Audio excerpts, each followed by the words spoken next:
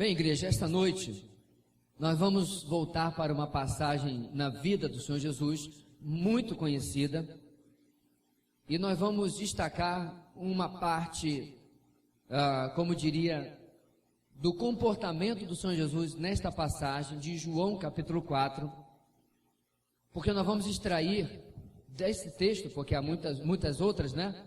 3 marcas de um ganhador de almas. Ora, Jesus era, por excelência, um ganhador de almas, um ganhador de vidas. Com certeza absoluta, não há ninguém comparável a ele. E muitas vezes, meus irmãos, eu já observei neste texto, no capítulo anterior, quando ele falava com Nicodemos, e em outros textos, como Jesus falava com aquele ou com aquela pessoa que precisava ouvir do Evangelho. Como que ele tratava com ele, como é que ele lidava com essa pessoa. E é interessante, meus irmãos, que Jesus sempre acertava na mosca. Ele sempre tinha algumas características da sua mensagem. Por exemplo, apesar de pregar a salvação, é claro, Jesus, como toda a pregação bíblica do Evangelho, ele sempre tratava de uma maneira ou de outra o pecado da pessoa. Inclusive, em João capítulo 4, quando ele vai falar com esta mulher, a mulher samaritana, como ficou conhecido, a mulher que ele encontra ali na beira do poço, ele toca, digamos assim, na ferida do pecado da mulher. Ou seja, o evangelho que Jesus pregava não era o evangelho barato, não era o evangelho sem pedigree, sem a profundidade, mas era um evangelho completo. Mas em João capítulo 4, meus irmãos, nós vamos encontrar esta narrativa e vamos extrair 3 lições para nós nessa noite. Diz assim a palavra do Senhor,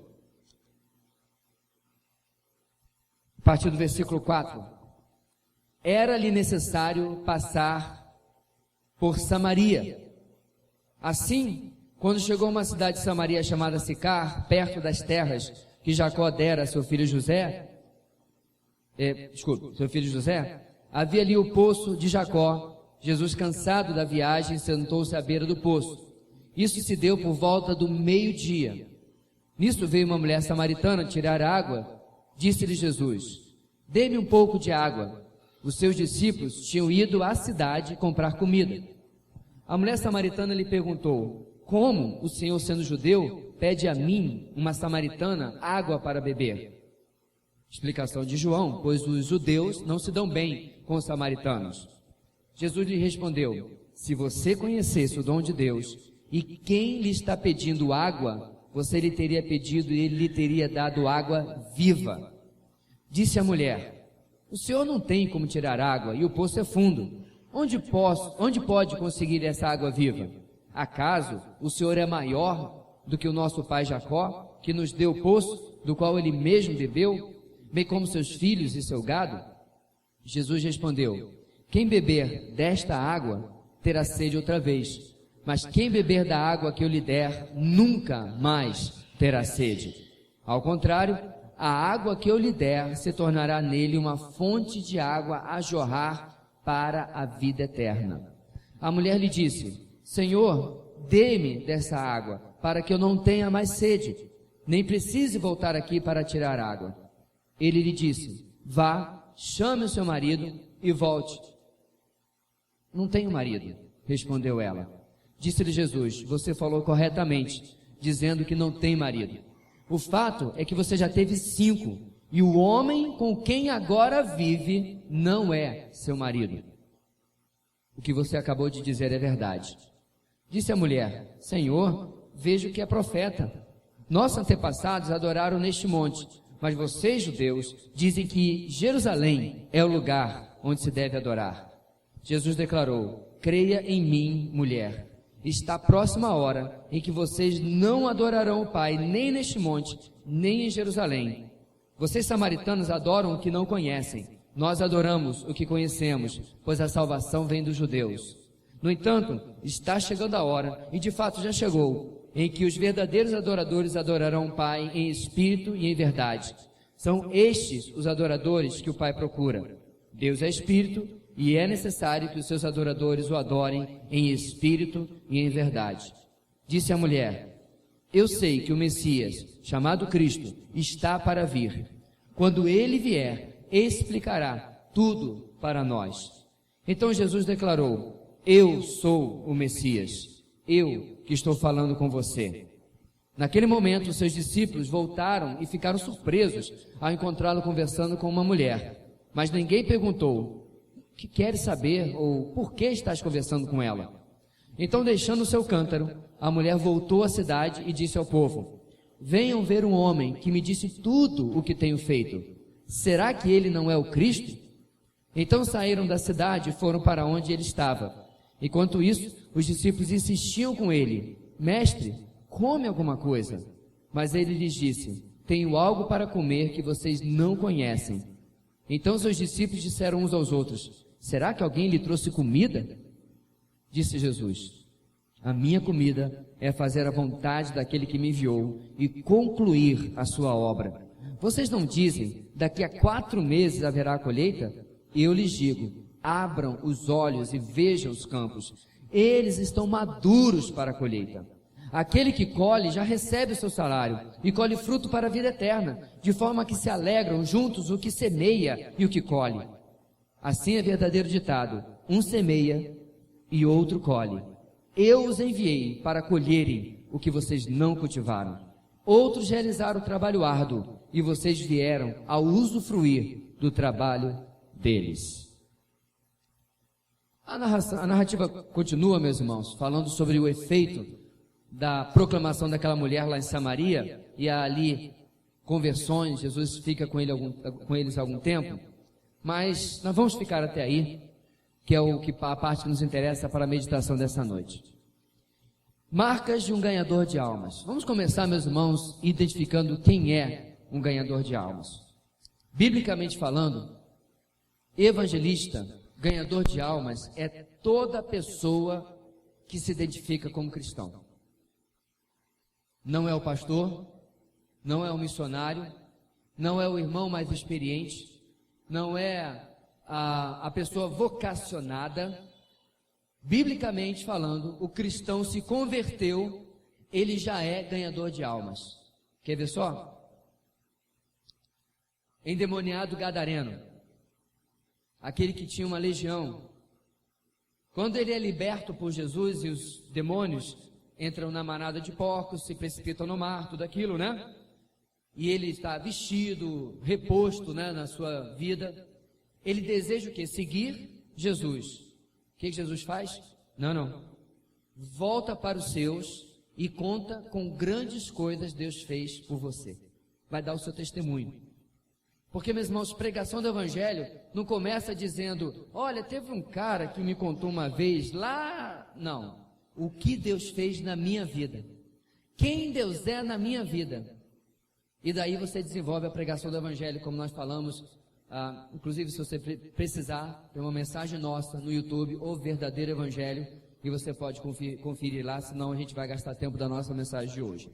Bem, então todo cristão é ganhador de almas. Então, não sei quanto nós temos aqui hoje, mas todas as pessoas que você está vendo ao seu redor, se é convertido, é ganhador de almas, é evangelista. Amém, igreja? Amém, igreja? Então estamos de acordo, ok? Vire para o seu irmão e diga: você é um evangelista. Para não deixar dúvida, diga: você é um ganhador de almas. Você disse com autoridade? Estou brincando, viu, irmãos? Aqui nesse tipo de igreja não. Eu estou dizendo esse tipo de igreja porque tem igreja que, se você falar assim: você é um ganhador de alma, meu irmão, fala com autoridade. Quer dizer, a autoridade está na entonação da voz, né? Meu irmão, sua autoridade está em nome de Jesus, no poder do Espírito Santo. Não precisa dar pulinho, não precisa dar saltinho, não precisa falar com entonação de voz diferente não, porque a sua autoridade é outorgada, vem de outro, não é sua. Então, se é de outro, o poder e a autoridade são dele e não sua. O texto, meus irmãos, vai nos falar no versículo 4, que no caminho da sua viagem, Jesus tinha uma necessidade de passar por Samaria. Era-lhe necessário passar por Samaria. Ele saiu da Judéia, ele estava indo para a Galileia. Geograficamente, A Samaria era um caminho, sim. Ele não fez um grande desvio para poder passar por lá. Mas, meus irmãos, quando você encontra a narrativa, passar por Samaria e parar em Samaria são coisas completamente diferentes. Jesus, meus irmãos, sabendo de todas as coisas, ele vai até aquele poço ao meio-dia para esperar pelos discípulos. E ali ele tem um encontro com a mulher samaritana. Preste atenção, você está em uma região que é tão ou mais quente do que Boa Vista, Roraima. Ora bolas, alguém iria buscar água ao meio-dia? Você vai de manhã cedo, você vai no final da tarde, mas ao meio-dia? Alguém sã consciência faz isso? Alguém varre o quintal ao meio-dia? Alguém corta a grama ao meio-dia?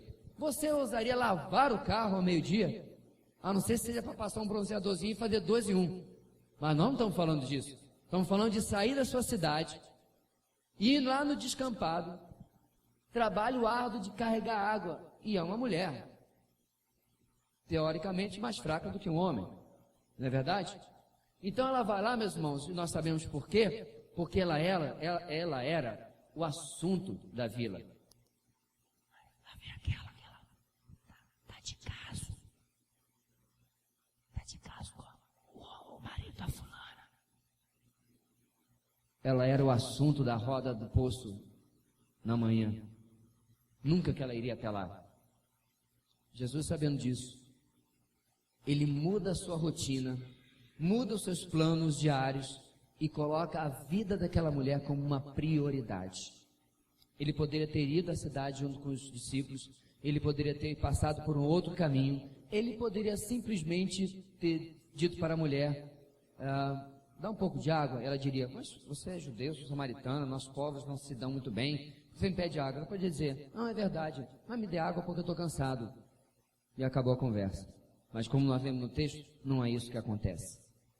Jesus nos ensina, meus irmãos, que a primeira marca de um ganhador de alma é a seguinte: as necessidades espirituais das pessoas como prioridade dos seus planos diários.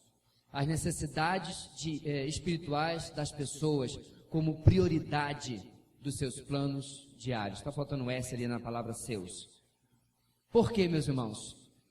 Você acorda, você tem levar crianças na escola ou não, você tem bater ponto, você tem coisas no seu dia que são inevitáveis, não é verdade? Você não pode, você que é dona de casa, dizer assim, hoje é um bom dia para eu não fazer almoço, eu vou inventar e hoje não vou fazer almoço. Aí todo mundo chega meio-dia e você diz para a sua família, olha, hoje eu achei que era uma boa ideia eu não fazer almoço.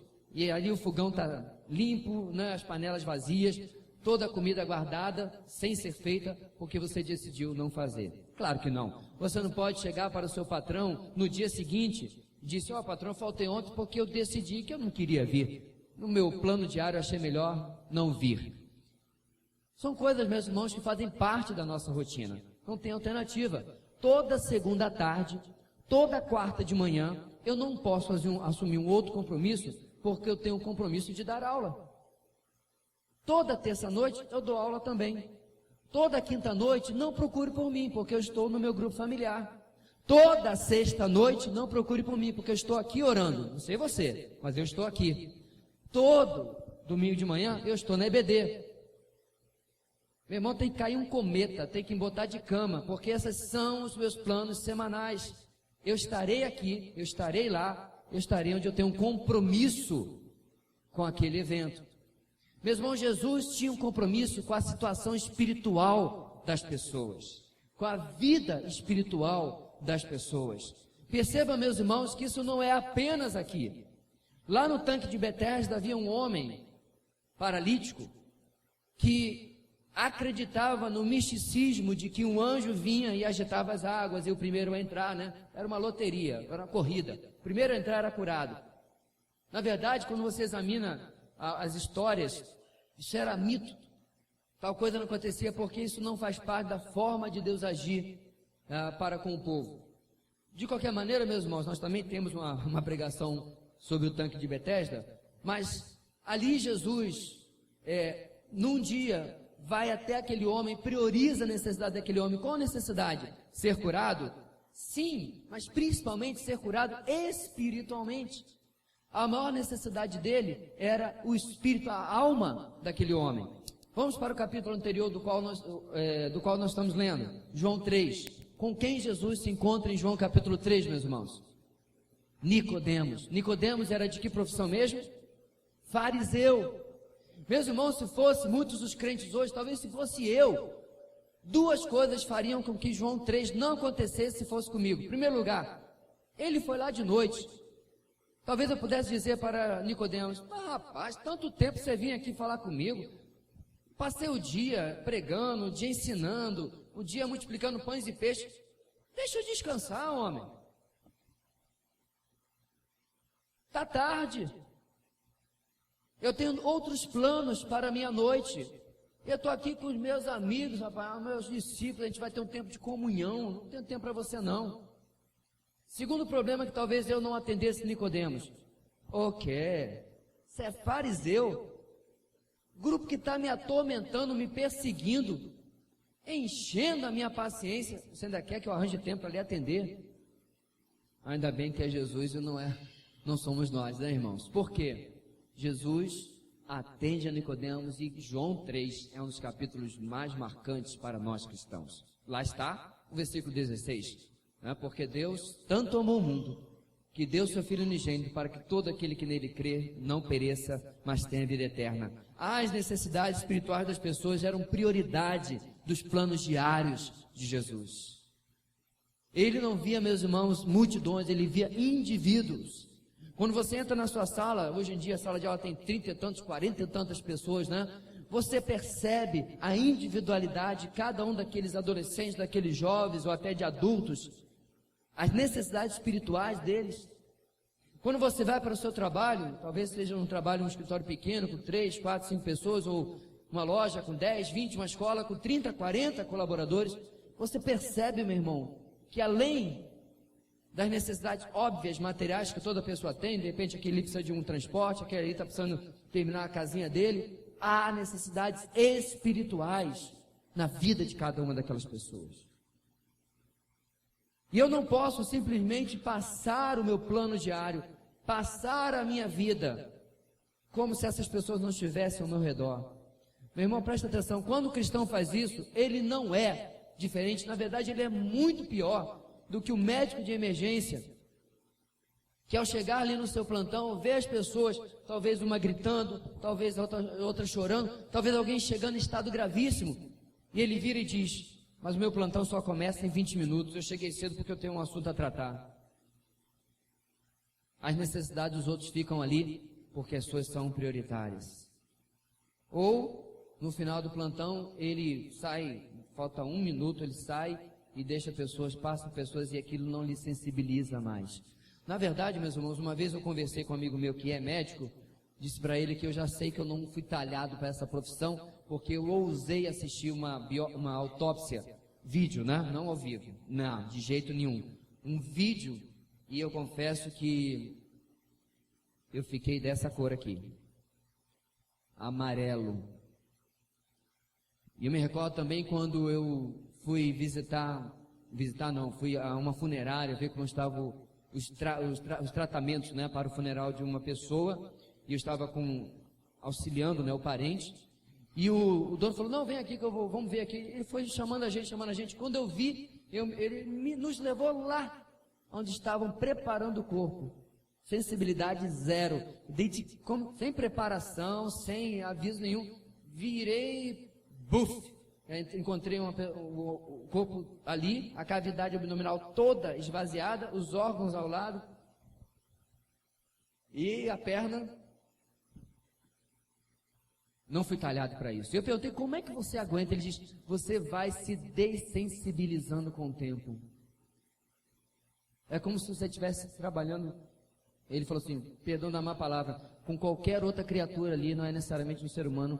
Se você botar emoção, você comete até erro. Eu fiquei pensando, meus irmãos, será que a gente é assim com a necessidade espiritual das pessoas? Se nós fizermos uma autópsia espiritual da vida das pessoas, autópsia não, bem, está morto espiritualmente, mas não é isso que eu quis dizer. A biópsia. Será que eu não sinto nada? Será que não me dói, meus irmãos, o significado? Esta semana, um homem cometeu suicídio. Na mídia vocês viram. O companheiro dele morreu meses atrás, no mesmo grupo musical. Meus irmãos evangélicos, graças a Deus, ficaram horrorizados com algo que uma mulher, não vou colocar que ela é crente ou não, porque eu não sei, uma mulher colocou lá na sua internet, no Twitter, Facebook, eu não sei. Eu não li o conteúdo todo porque me deu nojo, dizendo assim, mais ou menos dizia assim, parafraseando: bem feito, está colhendo o que plantou, agora está no inferno, agora está recebendo aquilo que lhe é devido. A falta de sensibilidade, meu irmão, com a realidade espiritual de uma pessoa.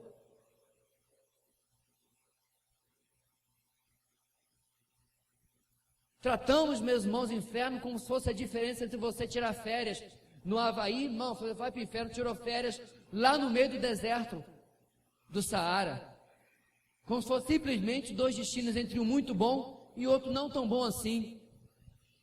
E o inferno, meus irmãos, não é esta opção. O inferno é a alternativa entre o tremenda, excelentemente, super bom céu que nós não merecemos, e do outro lado, um destino terrível, eterno, sem Deus e sem salvação. Qual foi a última vez que você teve dor pelo estado espiritual das pessoas ao seu redor? Daquele que lhe persegue, mas está perdido. Daquele que mostra ter uma vida talvez tranquila e agradável, mas está perdido. A necessidade espiritual dessa mulher, meus irmãos, não passou batido pela pessoa do nosso Senhor. Porque ele via uma pessoa e não uma multidão, não números. As necessidades espirituais das pessoas com prioridade seus planos diários. Então o texto passa todo. Quando chega, meus irmãos, após ele se revelar para a mulher dizendo: eu sou o Messias, eu que falo contigo. E ela deixa o seu cântaro. Perceba, ela foi ali buscar água. Ela deixa o cântaro para lá. E ela sai correndo. E aí, meus irmãos, quando chega os discípulos, uma nova dinâmica se desenrola. No versículo 30 ao 35, volte a sua atenção novamente. Os discípulos insistem com o Senhor. Vamos ver lá. Então saíram da cidade e foram para onde ele estava. Enquanto isso, os discípulos insistiam com ele: mestre, come alguma coisa. Mas ele lhes disse: tenho algo para comer que vocês não conhecem.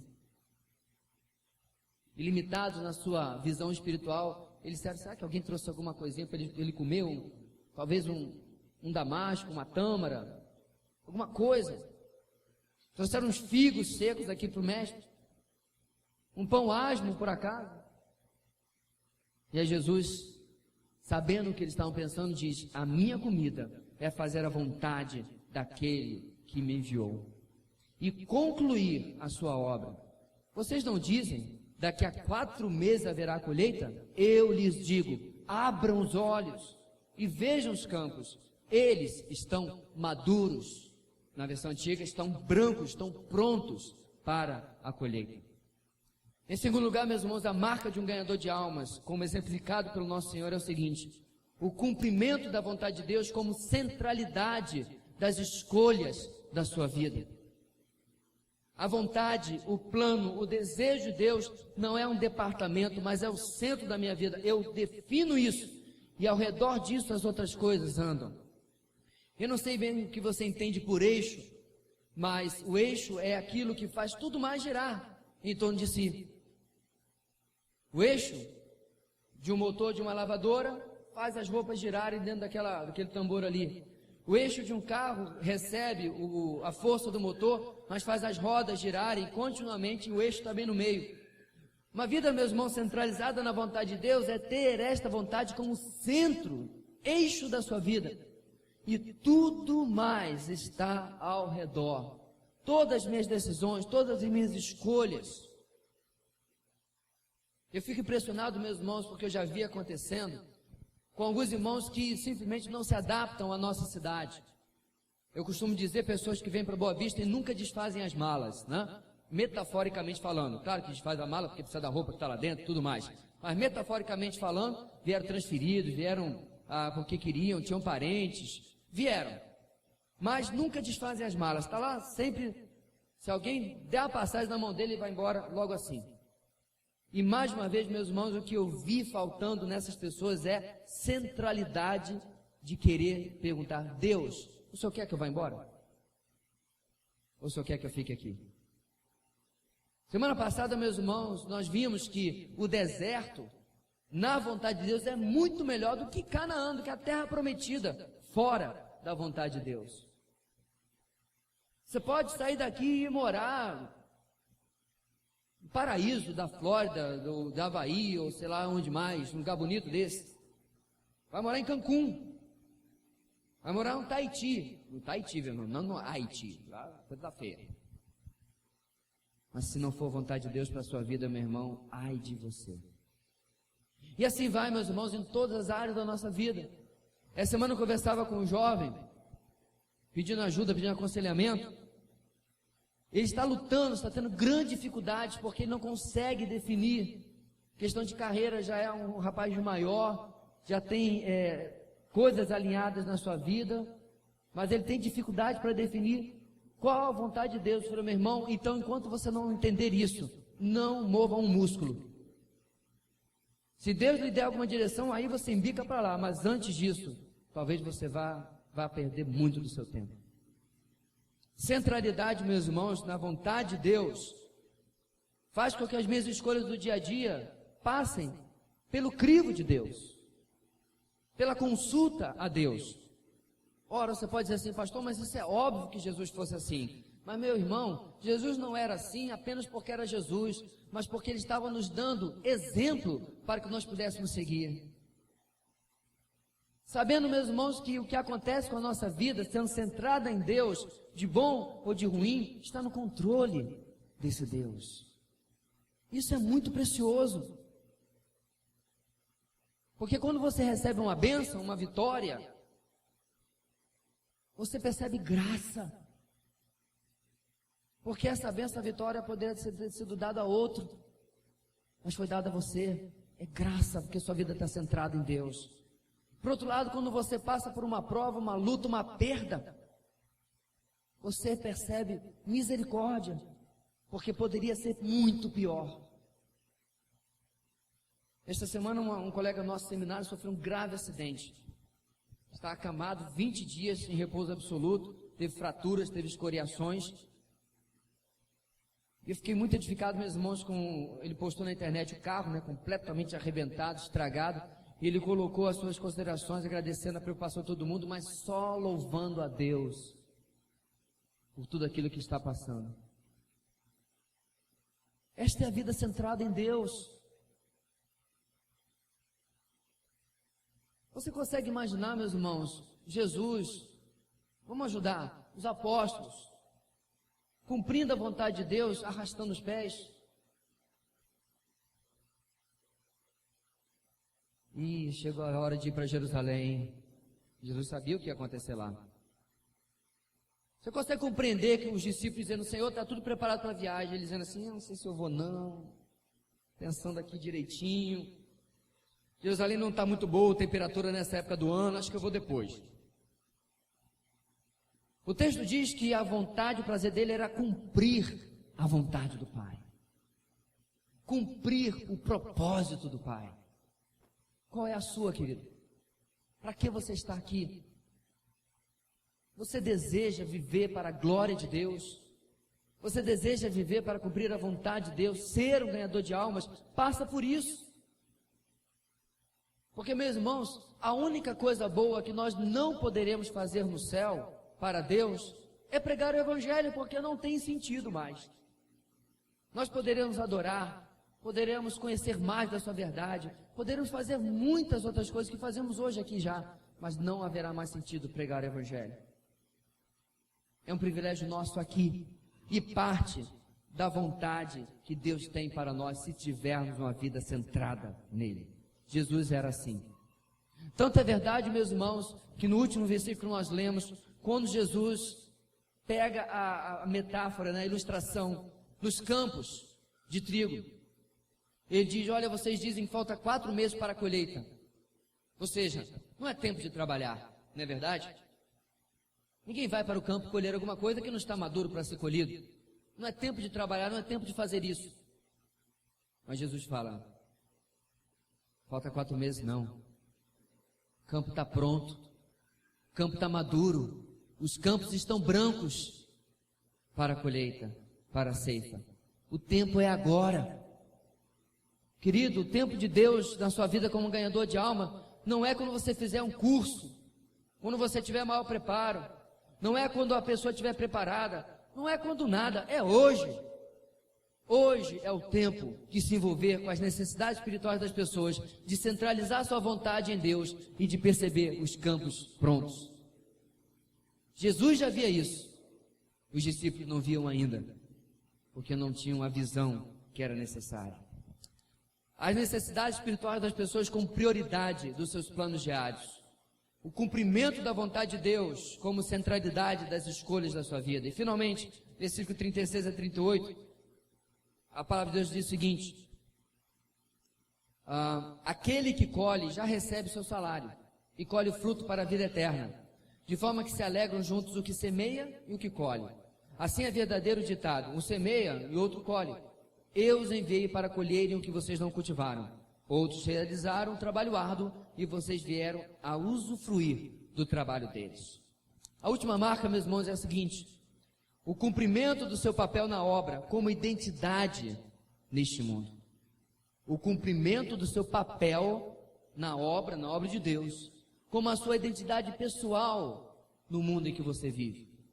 Meus irmãos, eu já usei essa ilustração diversas vezes. Nosso Deus é um Deus que Ele não joga damas, Ele joga xadrez. Com todo respeito aos jogadores de damas, né? É um jogo para lá de simples, perto de xadrez. Tabuleiro é igual, as peças não, é claro.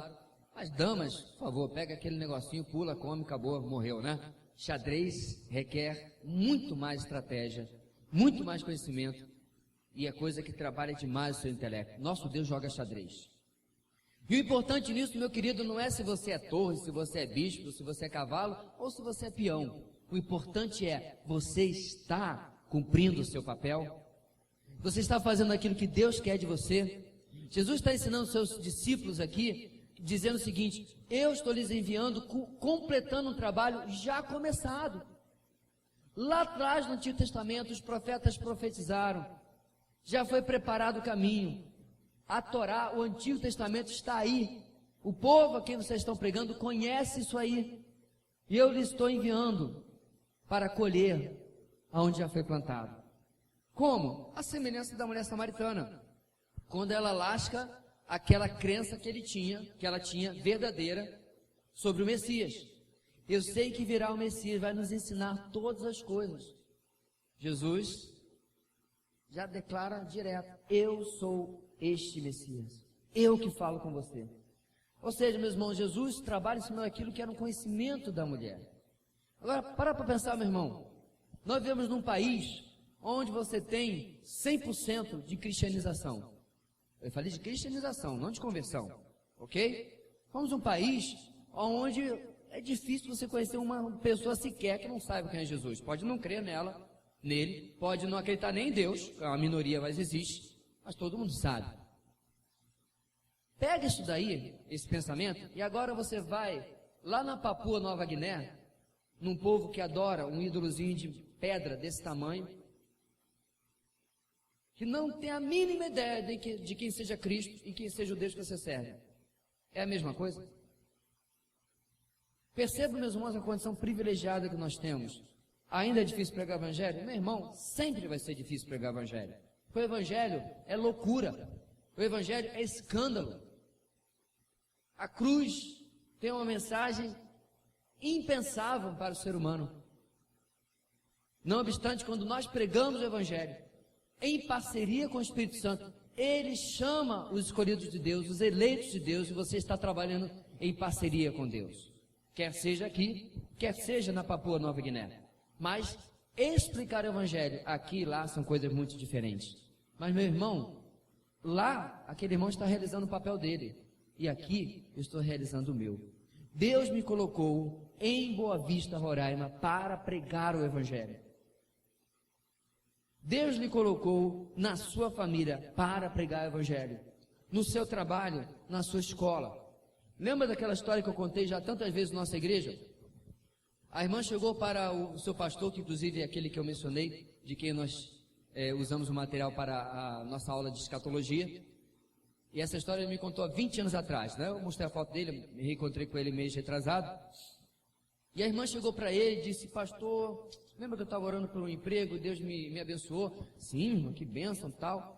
Zé, pastor, já estou lá há algum tempo, já procurei, a fábrica inteira tem centenas e centenas, milhares de funcionários, eu não encontrei um crente. Muito ruim, pastor, não tem nenhum. E ela ouviu o seu pastor dizer o quê? Glória a Deus, irmã. Deus lhe deu um campo missionário todinho para a irmã. Que coisa abençoada. Tudo questão de perspectiva. Deus, jogando xadrez, pegou uma irmã, cuja primeira coisa que ele chegou naquele trabalho, vou achar outros crentes para evangelizarmos juntos. É assim que essa conversa começou. Eu não tenho achado outro para a gente poder fazer uma reunião e começar a ganhar os colegas. Essa era a motivação dela. E Deus a tirou do desemprego. Vamos voltar atrás? Podemos conjecturar, né? Já pensou quando essa irmã perdeu o seu emprego? Você já perdeu o emprego?